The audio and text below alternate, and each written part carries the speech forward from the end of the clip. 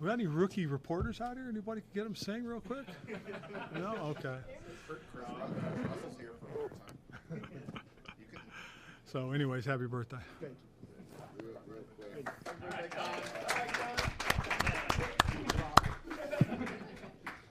Tuesday injury report was a walkthrough, so this is an estimation. DMP, Sadiq Charles concussion, limited. Cam Curl ankle, Antonio Gibson foot, Andrew Norwell shoulder, Benjamin St. Just ankle, Chase Young knee, and then Brian Robinson was a full participant with a quad. With Benjamin, what do you need to see going forward, and how did I mean? I don't. Well, he moved around very well. I mean, he had the kind of week last week that was progressing. You just feel like he's going to be there. The big thing is he's got to be able to plant drive, and coming off of a high ankle, that's probably one of the things that you really have to see. I do know when he does part of his rehab, one of the things that he has to be able to do is get up on the 1 foot and handle that as part of his rehab treatment drills that they do, and he's actually looked pretty good lately. So we're hopefully continuing to have him trend in the right direction.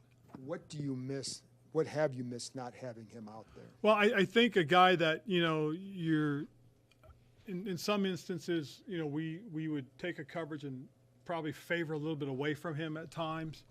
In here we're playing a little bit more honest back there.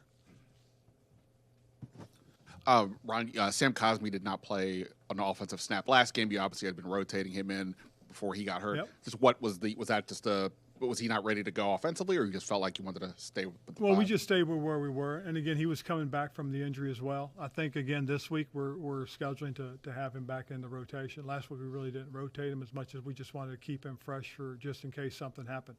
You take a guy that's coming off of a kind of a medium ankle, and we were very fortunate. He was very fortunate. I don't know if you saw it on tape, but it looked uglier than it was, thank goodness. And so when we started the week out, it was really more about making sure he could play if we had to have him play. And a quarterback question, not the standard one that maybe others will ask, but with the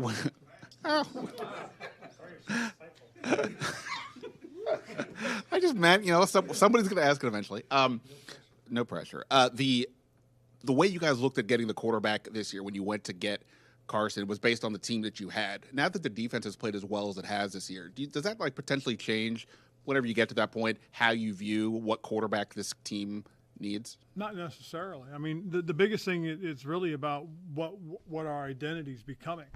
And it's something that we talked about when I first got here, is that we wanted to be able to run the football and be consistent with it and have a two-back system. I think we showed our hand during the preseason as to what we wanted to do. Off of running the ball successfully, things that have helped us is that we've been able to run play action. And then off of the play action, you can throw the ball vertically. And that's what you want to be able to do on a consistent basis. We took some vertical shots last Sunday night that I think showed what we really want to be all about. And I think a big part of it has been we are running the ball better, and that's something we're going to continue to work and develop. I think if you're really looking at things that going forward, not necessarily the quarterback as much as the offensive line, I think is something that we got to continue to work on and develop and grow. And guys like Sam will be a real big part of what we're doing going forward. Chris Palsy, another young man that's got an opportunity to really help us. We'll have a good host of veteran guys that will be coming back next year as well. Ron, even with the loss of the Giants, I mean, you guys still control your own destiny. Is there comfort in the fact that knowing it's still in your hands? Yeah. Oh, yeah, absolutely. I mean, I think that's a big part of the mentality that we have to take is that, we've got to go out and we've got to play our best. We've got to give our best. And we've got to get some things corrected and fixed and ready to go. I mean, we can't struggle in some of the areas that we have lately. Those things have to be addressed, and they are being addressed. We've talked about them, and there's an emphasis on it. And it's unfortunate that that it got us on Sunday night. I mean, I know what happened in the fourth quarter happened, but when you get opportunities to convert, you've got to do that. You mentioned what happened in the fourth quarter. Have you reached out to the league? Any movement there? Anything you heard? Well, I mean, the only movement is really just the discussion as to what happened, how did it happen, why did it happen, and this is what we can do to correct it, and we'll go from there. I mean, that's all they can do, and that's the truth of the matter. It doesn't impact the standings. It was a disappointing, but there's nothing we can do about that. But just the fact that, it's been discussed, and I think people understand. I think that helps everybody for the most part going forward. Good deal. The Niners' defensive front, obviously, the production speaks for itself. What impresses you about those guys? What are some things you want your guys doing to try to slow them down? Well, I think the biggest thing, obviously, is they've got speed. I mean, they can run, and that's one of the things that I think is, they do very well.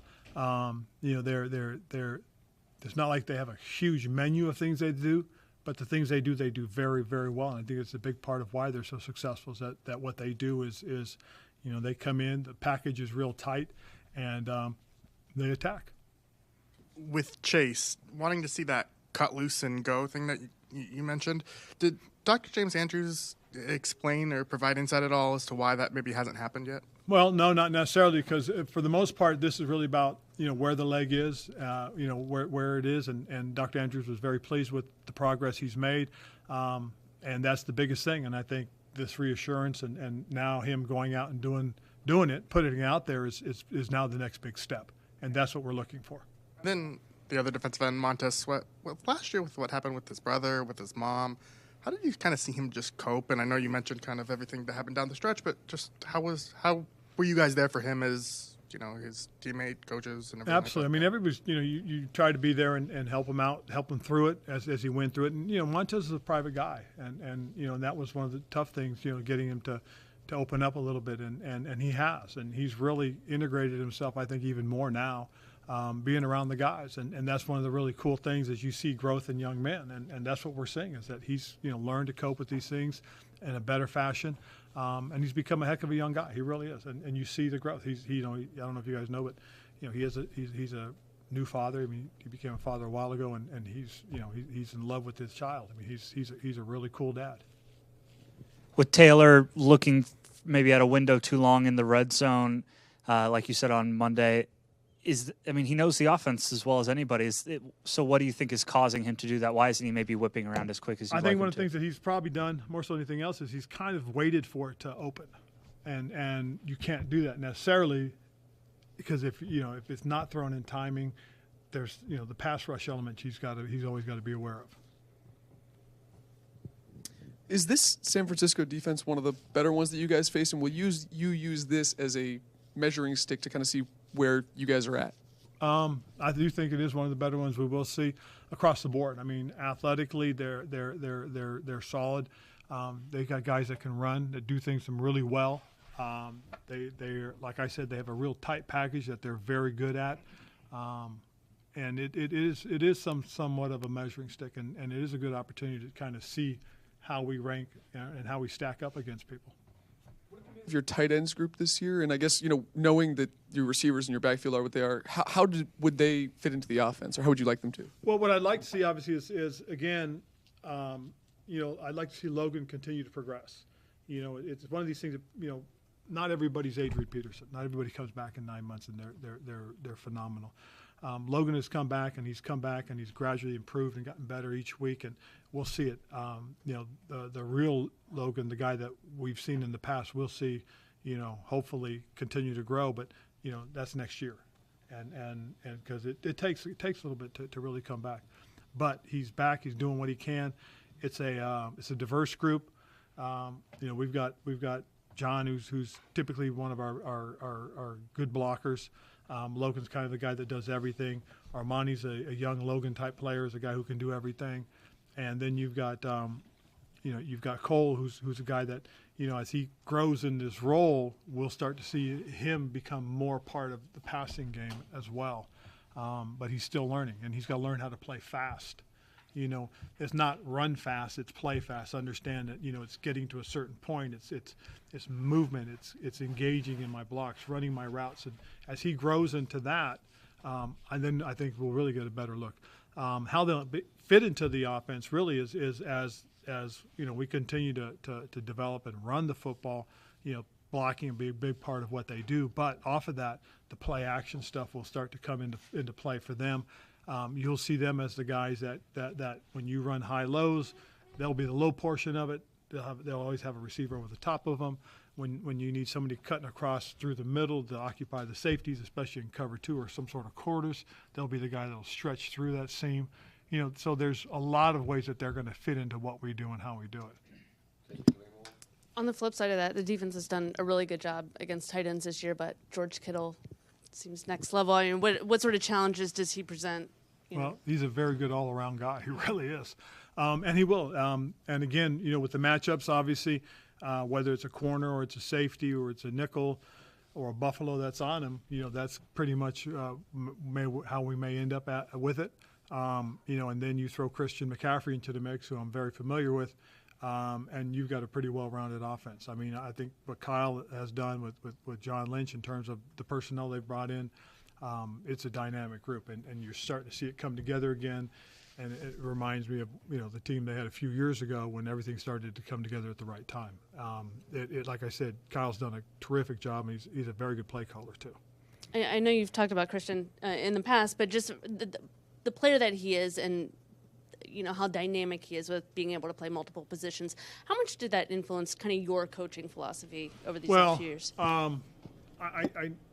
look at it because when when I was in Carolina, we had a two-back system, and when we lost D'Angelo and he went out to Pittsburgh, we didn't have that complimentary guy. Then we went out and got Christian, and all of a sudden we had the complimentary guy, and he and Jonathan Stewart were a real good 1-2 punch for us.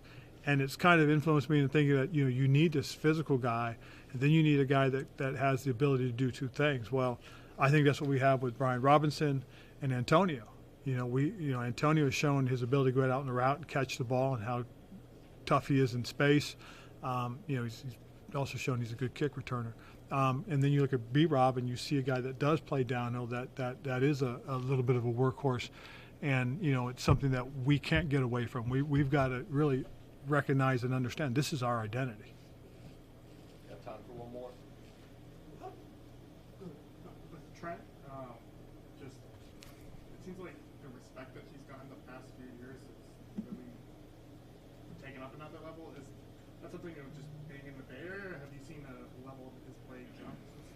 I think it's the level of his play has continued to be as consistent as it was when he was playing here at his peak. I really do. I know he had whatever the medical issue was before I got here, but when you watch him play, it reminds me of of when we played against him, back when I was in Carolina. That he's a big physical beast. I mean, the dude is, he really is one of the better offensive linemen in the league. He really is, and he's continued that. I know he was hurt a little bit, but he's starting to round out into shape, and he's a big part of their game. You watch him; he's got the quarterback's backside for the most part. I think part of the running game goes through him, and so the thing we've got to do is we've got to be able to, at least get the stalemate, hold the point when he's blocking, because if not, he'll get movement, and he moves people. Ron, you guys designated Curtis Hodges for return practice. Just curious, that have anything to do with the season? Just he's able to practice. He's able to practice, and we'd like to see. And again, if something were to happen within that span, to give us an opportunity to put him out there and see what he can do. I mean, we're kind of in a that's kind of a luxury spot for us, but we'll see what happens. Same thing with Armani. I mean, Armani's coming along. He'll be a guy that when we get to a certain point, we could do the same thing, and if the opportunity arises, we could always activate him. All right, thanks, guys. All right, thank you, guys. Oh, and thank you for the donation. I was told about that. I really appreciate that. Thank you, guys. We raised over $56,000 that Stephanie and I matched in my mom's honor. So thank you guys for being part of that.